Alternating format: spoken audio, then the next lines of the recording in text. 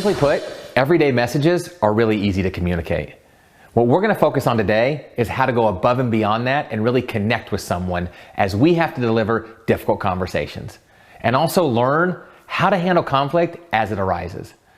Now, understanding these effective and proven communication techniques can be the difference between a good relationship with your people and a great one. Communication by far is one of the hardest things to do in life. We will look at ways on how to manage conflict by preparing for proactive difficult conversations and using a process to reduce resistance and de-escalate situations that may come at us in a reactive mode. So let's spend a few minutes and think about how we manage conflict. Think about the following. How do you react and handle conflict now? What methods do you use that work for you? What challenges do you have when it comes to conflict? How would be better at communicating conflict work for you? What are some difficult conversations that you know you need to have right now, and with who?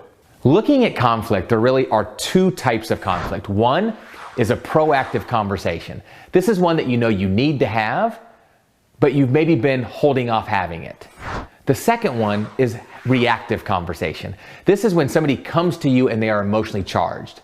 Let's focus in on and put a spotlight on reactive communication and conflict and how we handle it. Becoming an expert at using the de-escalation process will help you lower resistance and handle conflict as it comes up in a reactionary way. Let's take a look at the steps. Step 1, clarify and listen. When somebody is upset, we must work hard to lower their resistance and take the emotion out of the equation. We do this by asking clarifying questions such as, tell me more, help me understand, can you please explain, describe for me. When we do that, something magically happens. We get them talking and we can really listen and understand what they're really heated about. After we clarify and listen, the next step is restate and cushion. We have to be able to restate it in our own words and help them really understand that we have listened and understand what they're frustrated about. 68% of the time, research shows that when people are upset and they give us a reason, it's not the real reason. That's why we go to step 3, which is draw out hidden concerns. And the two magic words there really are anything else. When we say the anything else question, it allows them to get other things out and maybe get to the real issue. Now, if there's another issue, we have to go back to step 1, which is clarify and listen, and continue to ask the anything else question until they say there's nothing else. Let them empty their bucket, so to speak, to make sure that we've heard all their concerns.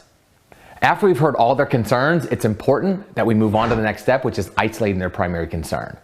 By really isolating their primary concern, we show that we heard all their concerns, but we're ready to tackle the one that is the biggest challenge and weighing heaviest on their mind.